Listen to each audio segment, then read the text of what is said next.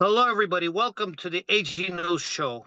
I'm your host, Roberto Alvarez-Galloso, on the road somewhere in Miami, and I'm here with one of the greatest experts in medieval music and also Baroque music from Wyoming, Whitney Maslak. For me, it's a pleasure and honor having you here.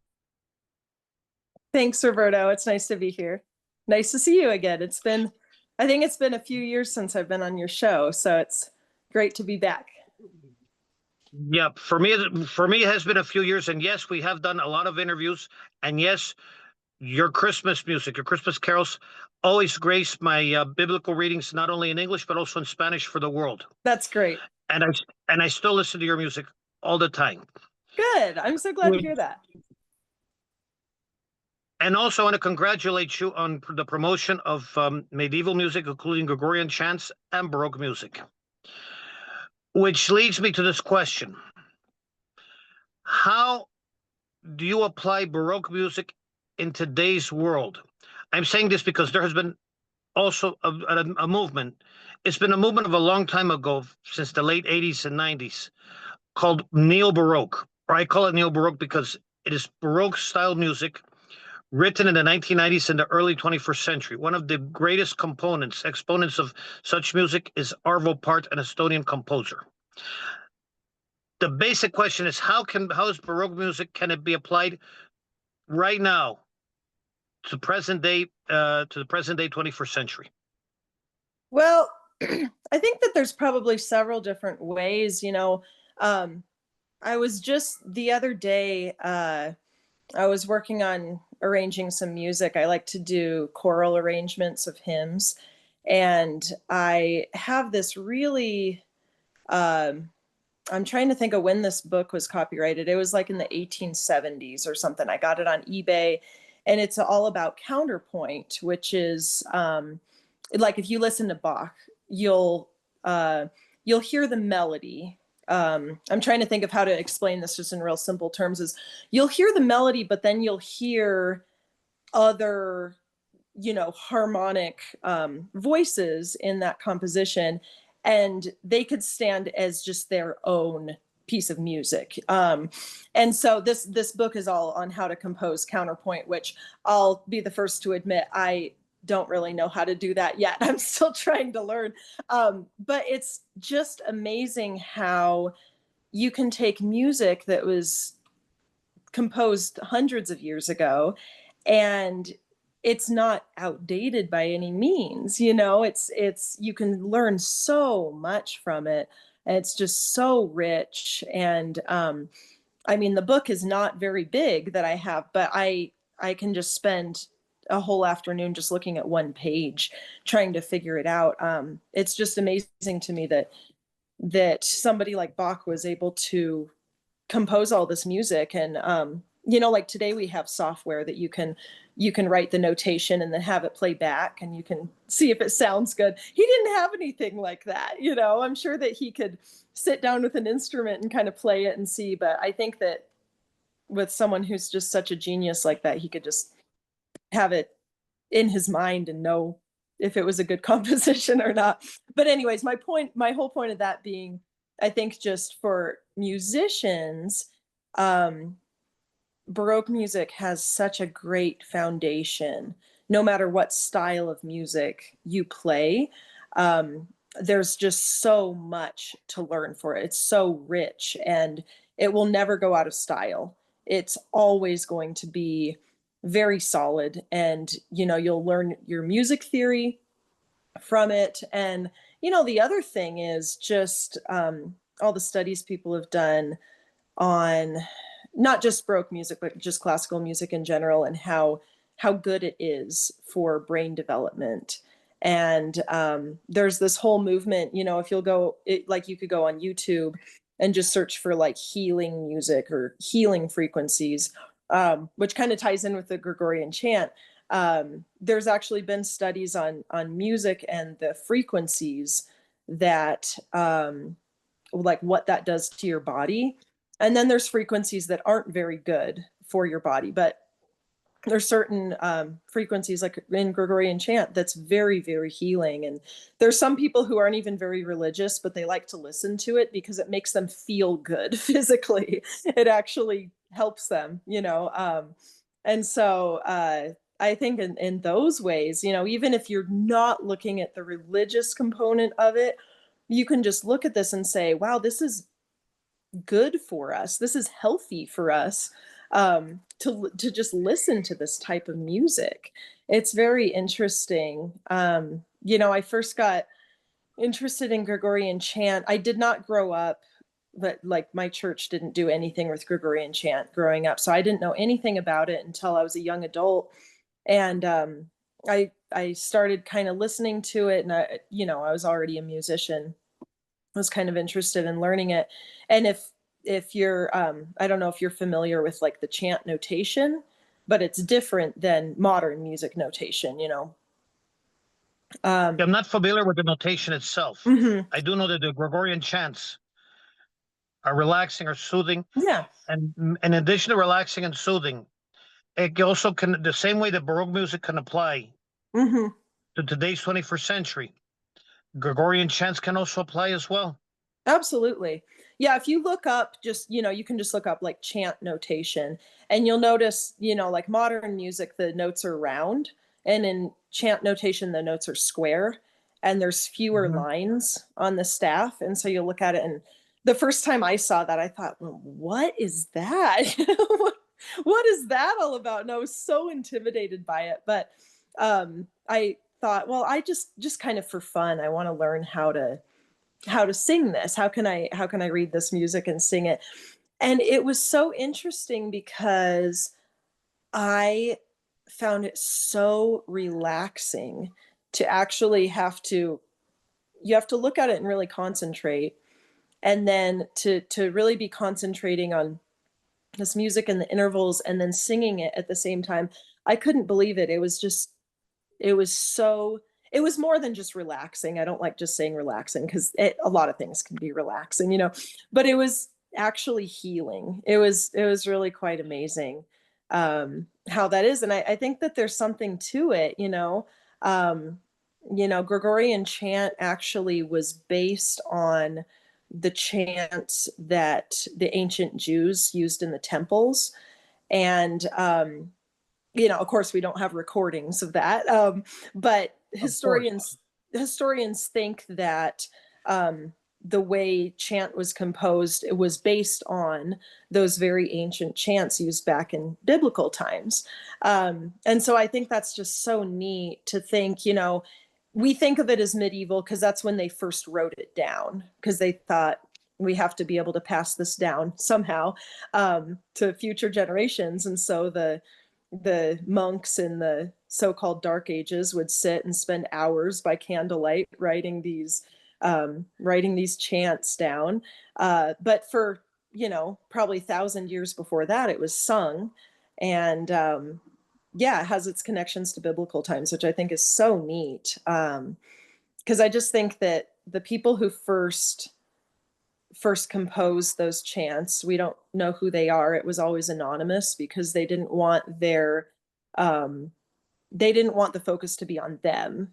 Today it's when somebody, including me, comes out with a CD or an album, you have your name on it. You want people to know it's your music, but back then they didn't want it to be about them. And so we don't know who composed it, but I just think that those people must have been so close to God to just be so inspired to have this really ethereal, otherworldly music. And it differs from so much other music. I love medieval music that's like folk music, but it's totally different than Gregorian chant. There's just nothing else quite like it.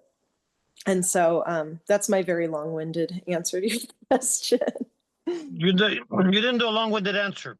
You educated us, and the purpose of our programs in the AG News Show Mhm. and other programs in English like Americana Bistro Grill, and also the ones I have it for the Spanish-speaking world, is to educate the people, give them the education, give them that there's another world. Hmm. And what you have done is explained about Gregorian chants and Baroque music being applied in the 21st century. Hmm. And I do want to commend you on that. I also want to commend you on the fact that not only have you recorded CDs and MP3s of Gregorian chants and also of Baroque music, but the fact that you have kept this alive for this 21st century at a time when we need this sort of music. Absolutely. And actually, that's something that when I got started uh, putting my music out there, I started on YouTube. It was about, I think it was in 2019. So it was like 6 years ago. And I first started with Gregorian chant. And the thing that I loved the most about it, at first I just thought it'd be like other Catholics wanting to listen, which is great. But the thing that I loved is when I'd get comments from people saying, wow, I've never heard music like this before. What is this kind of music? I've never heard anything like this. I'm like, oh, that's really cool. Because there's so much music out there, especially with the internet now. People can just look up any style of music and it's just right there at our fingertips. So for someone to say, wow, this is totally different than anything, it really is neat. And that's what kind of inspires me to keep going, is to just reach people who've never heard music like that before. Yeah. Even before the internet, there have been Gregorian chants and also compositions of Baroque composers, especially Bach, that have been found in areas where you would not even imagine being found. For example, there have been many Gregorian chants that were found in the Middle East, like Syria, Iraq, Iran. Mm. And Bach, I do remember some of Bach's compositions. There were some that were even found after the German reunification of 1990 in Wow. various churches in Germany, Eastern Europe, Russia, Hmm. Siberia. Even one was discovered in Japan and in Ecuador. Wow. Wow. That is so neat. When I was in Ecuador, this is around 2019, when my wife was visiting her sister, and I wanted my wife to have sister time. I was with many people I knew from Ecuador, from the press, including some that were from the previous government, because they had a government there that was promoting culture. And in Mm. this church, there was a church that they said that they found some of the Bach partitures, and they played the guitar on it. Oh, wow. That's really interesting. They played the guitar, and it was like 1 hour of tranquility. Wow. Wow. I bet that was beautiful. And having people like you maintaining this sort of music, it keeps the world alive. Let's just put it in this way, especially in today's world. And Absolutely. in addition to Bach and some of the Gregorian chants, there have even been other composers. I don't remember the names. One, I think it was Albinoni, if I'm not, and Telemann. They also found they found their partitures, because in the time of the Baroque era, my personal opinion, Bach was not as well known as he was after death. Mm. The ones that were well known were Handel. Of course, Hmm. Handel had the King of England and all Hmm. the theaters and everything with him. And Vivaldi was another known composer. He had the support of the Doge of Venice. Hmm. Other composers like Bach, Telemann, Albinoni, and even some of the Spanish Baroque composers. Some of them prospered, but some of them barely scraped by. And most of their music was Yeah. and most of their music was forgotten until, for example, Bach's music was forgotten until Felix Mendelssohn Hmm. discovered his music after about almost 100 years after Hmm. Bach's death.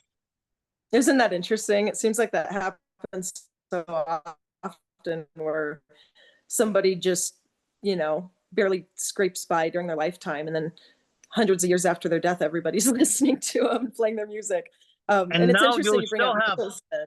you Hmm. still have Bach's music being discovered in many Yeah. countries, and they even had to take the partitures, look at it, make sure it was written by Bach Mm. or by someone who learned from Bach, and then transcribe it and then recorded it to CD, or even now as it's getting experiencing a revival, vinyl and even cassettes, all of that getting recorded, Mm-hmm.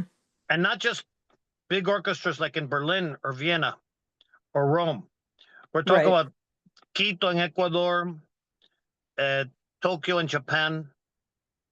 Oh, I was in China during the Olympics in 2008, Mm, that's and I amazing. was at a concert. I was at a concert at an Orthodox church, Mm-hmm. what used to be an Orthodox church, but Mm-hmm. now a concert hall. So, in other words, the churches was preserved. They Mm-hmm. didn't do anything to the church; they preserved it. Mm-hmm. I don't know how they preserved it, but they preserved it, and it was you could see the church. It was like going to church, but it was a concert hall, Oh, okay. and there they had the orchestra playing Bach. Wow. Oh, I bet that was It amazing. was like it was like being there. In fact, the church wasn't even looked like when you were in the church. It didn't even look like China. It was an Right. Orthodox church uh, with the Russian architecture and everything, Interesting. and a little bit farther from Beijing. Uh-huh. That's so And interesting. you could see that. In other words, I have the feeling maybe you could maybe agree or disagree that Baroque music has that application has a future as well in the 21st century. Right Mm-hmm. now in Estonia there was a composer Arvo Part. Mm-hmm. I recommend him. I recommend his music a lot. Oh, okay. Arvo Part was born in Estonia. Most of his compositions in Estonia were during the Russian and Soviet era. Mm-hmm. During that Russian and Soviet era, in the 60s, he had like a spiritual awakening. Oh, wow. In this spiritual awakening, he started writing. And before he had the spiritual awakening, he wrote in modernism forms. Oh, okay. I'm trying to see what the word was for 20th century music, but he did Mm-hmm. modernism, quote unquote, Mm-hmm. or in the eyes of Russia, the Soviet Union, socialist realism in music. But Okay. he started writing spiritually Mm-hmm. so that he was not able to be repressed by the Soviet or Russian authorities of his time. Wow. He had to say it was neo Baroque, Okay. and they took it as neo Baroque. And he Okay. started writing this when Estonia regained its independence in 1990. Mm-hmm. He was able to write more organ music, choral music. Mm-hmm. I think I don't know if he's still alive, but Okay. he has. It's like he's like Bach. He writes Mm-hmm. everything, and there you have it. That's so interesting. You'll have to send me his name. I'd like to look up some of that music. I will send you his name. Yeah, that's so interesting. And it seems like There, that's the case in so many cultures, like communist countries, where the faith is repressed, but they're able to keep it alive through music and art too. Uh, Mhm. I remember reading about that about the Soviet Union, how some churches they kept open, just not, they weren't allowed to have services there, but it was kind of treated more like a museum. And you could go and look at the icons, and they treated it like art. But that's how people kept their faith alive, through the art and the music. Yeah, and in the case of China, where I was with the Orthodox Church, where they left it Hmm. intact, it even survived Mao's Cultural Revolution Wow. Wow. because Mao wanted to keep it. Mao Zedong wanted to keep it as a concert hall. Okay. Interesting. So in the time when I was in China, it was used for like Baroque music, neo Baroque music, Hmm. and I Interesting. gave a good. And Arvo Part was one of the composers. I'm gonna send you. I'm gonna send you an example of Arvo Part. Not only the Okay. name. I'm gonna see if I can find one of his links in YouTube. Sure. Yeah, please do. I'd really like to listen to that. There's another one. For me, it's a touchy subject, but I try not to let the touchy subject affect me on this. Hmm. In Cuba, even though Hmm. Cuba is very heavily communist, Sure. and I have family on both sides of the government. Oh, I've okay. had people who left the government. I've Hmm. had people who left Cuba and live here. I have people who are in Cuba, not because they couldn't escape, but because Mhm. they are with the government. And there's some Oh, wow. others who couldn't leave because they're down on their luck. Wow. So I have the three phases. But I had to recognize that there was one composer. I do not like his politics because he is with the government. Oh, okay. But I've had to recognize his genius in musical composition. Oh, okay. His his name is Leo Brouwer. Hmm. Leo Brouwer, like Pope Leo Brouwer. Right. Okay. Just like Arvo Part, Leo Brouwer's I think is in his late 80s. Okay. The only difference is that Leo Brouwer, because of an accident with his fingers, he has been unable to play the guitar. He's Mm, done mostly Baroque music with the guitar. okay. And he started when Castro was taking over and doing what he was doing. Leo Brouwer was doing neo Baroque in the Havana conservatories. Okay. Of Interesting. course, of course, nobody touched him because he was with the system, Sure. Sure. and he was just simply saying, "No, I'm just doing a variation of Bach to make Hmm. it the reality of Cuba."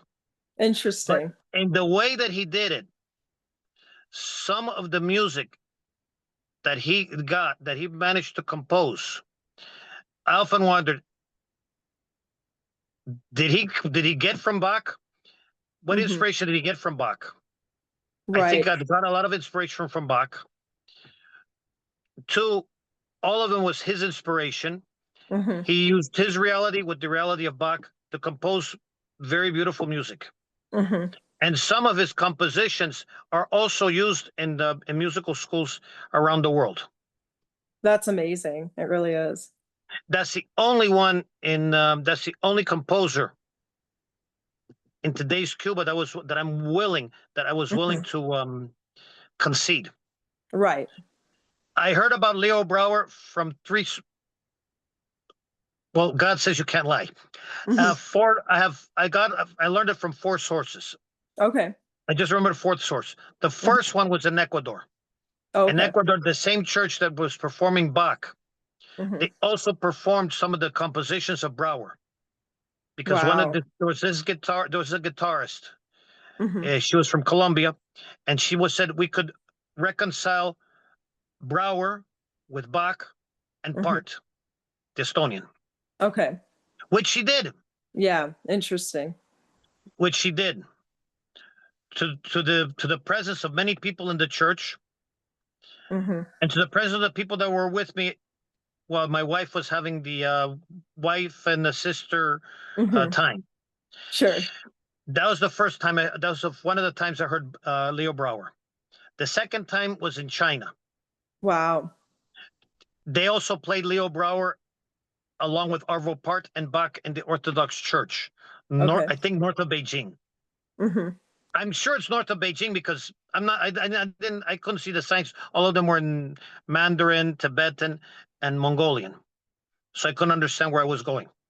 But Okay. they had the Right. music. That was the second time. They even gave me a CD Hmm. of Leo Brouwer. Hmm. I Wow. I had the CD someplace, but unfortunately, when I divorced my first wife before marrying my second wife, my first love, somehow Hmm. the CD got lost. Oh, really? That's too bad. Some of my CDs, some of them, I was able to take away some of my CDs, but the one with Leo Okay. Brouwer disappeared. Oh, really? But I was able to hear part of it in YouTube. Oh, okay. Good. The third one was from the relatives that I told you about that sympathized with the Cuban government. Right. Yes, I told you I had people who left Cuba. My Hmm. parents left Cuba because they couldn't stand the system. But at the same time, I had Hmm. uncles, aunts, cousins who are still with the system, and they had the CDs and the I albums. see. Okay. Wow. Yeah, the CDs and the albums. Okay. One of So, them was one of them was living in Russia, and he sent me a cassette of Leo Brouwer. oh, okay. The cassette I still have, but I don't play it that much because I don't want to use up the cassettes because it's Right. a good recording. Hmm. It's a good recording, but I didn't want to use the original lest the cassette recorder eats up the tape. Right. I think you can get those converted to MP3. You can get cassettes. So maybe might be worth looking into doing that. What I did it was with the cassettes, Hmm. especially the ones with the Leo Brouwer from Russia. Hmm. I played them only once and converted them to CDs. Oh, okay, perfect. Then from CDs, I made them to MP3s. Right. That's a good idea. The sound is not good, but Hmm. you Yeah, it's could kind of weird when something gets converted to MP3, it compresses it so much so the file isn't as big and then the sound just is not as good. yeah. It's And disappointing. on top of that, the recording itself Hmm. was made from a record. Oh, interesting. Okay. They had the record. Hmm. They wanted to, they want to send me LPs and EPs, but they didn't want to risk it. Didn't want to risk it sending me Leo Brouwer LPs or EPs lest they get lost because many of these get lost Hmm. in the post office. So what they Oh, did was they recorded from their record player, sent it to me in mhm. cassettes, registered, certified, and I signed everything. Oh, okay. Then I Interesting. took the cassette Hmm. itself, played it only once to produce a CD. Okay. I made 2 copies. Hmm. Then, when the CDs started going out of fashion, although Hmm. nowadays CDs and vinyls are coming back, Hmm.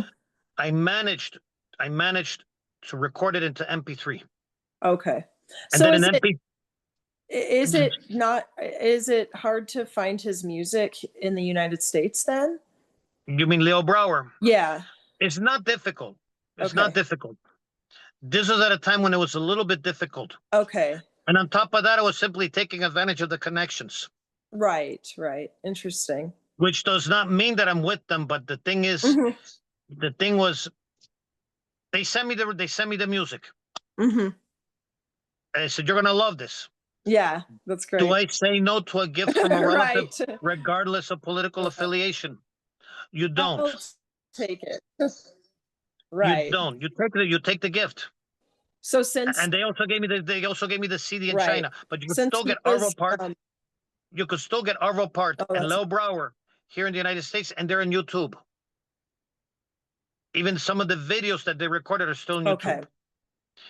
Why do I mention these two? Because these two Oh, great. composers are exponents of what I consider neo Baroque music, and I've seen the Hmm. presence of Bach in their music. Hmm. And those are the That's two great. examples that I They're really, have. hmm. Okay, I've talked about the distant relatives. I've talked about Ecuador, and I also talked about China. Hmm. The other one where I learned about Leo Brouwer was again. There was also another composer who sent me some of the works of Leo Brouwer. Hmm. They sent it via Canada. Yes, via Canada you could get these works, and it was where I also discovered the works of Arvo Part. Okay. So I don't know. Yeah, I talked about Ecuador. I talked about Asia. I talked about Russia. I talked Mhm. about Yeah, I think I covered all the bases. But the reason that's when I heard this, I just said I'm going to ask Whitney Mhm. about how can Baroque music and Gregorian chants apply to the 21st century. And you've answered my question really great. Oh, I hope so. I don't consider myself much of an expert, but it's definitely one of my passions, you know. So hopefully I answered it okay. You did answer it okay. At the Good. same time, I do want to recommend to the whole world. Please visit the YouTube page of Whitney Maslak. Oh, thank you. Visit not only the YouTube page, buy her CDs, go to her website. I think it. Let me. I'm gonna invite Whitney to correct me. It's Mhm. WhitneyMaslak.com. Yep, that's right. Great. Or is it WhitneyMaslak.com or WhitneyMaslakMusic.com? Just WhitneyMaslak.com. Okay, WhitneyMaslak.com. Hmm. Visit her in all the digital platforms, Hmm. especially Spotify. I Thank recommend you. her music very highly. And I also have, well, on my website, I sell sheet music, but also I have site called Catholic Sheet Music, and I have been doing choral arrangements of hymns. So if anyone is a choir director and they want to check that out, they're more than welcome to. Also, I want to invite everybody Mm-hmm. to go visit, when you visit Whitney Maslak in YouTube and in other platforms such as Instagram and Facebook, please give a like. Please give a like. And if you want to buy the music and buy the material, go ahead. If you want to donate to help her music, also go ahead, because in today's times, we need this type of music.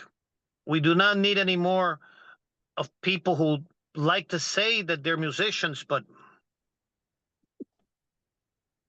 I'm going to leave it at that. Right. I want to leave it at that. I want to leave it at that because some of them actually visit me. Right. and I appreciate them, but we have to remember that the Christian music, mm-hmm. the true Christian music.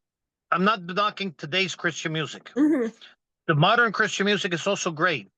And it has its place for sure. It has its place, but remember, you have to remember that Christian music has its roots, mm-hmm. not just when Jesus walked the earth, but also it had its place with Gregorian chants. Right.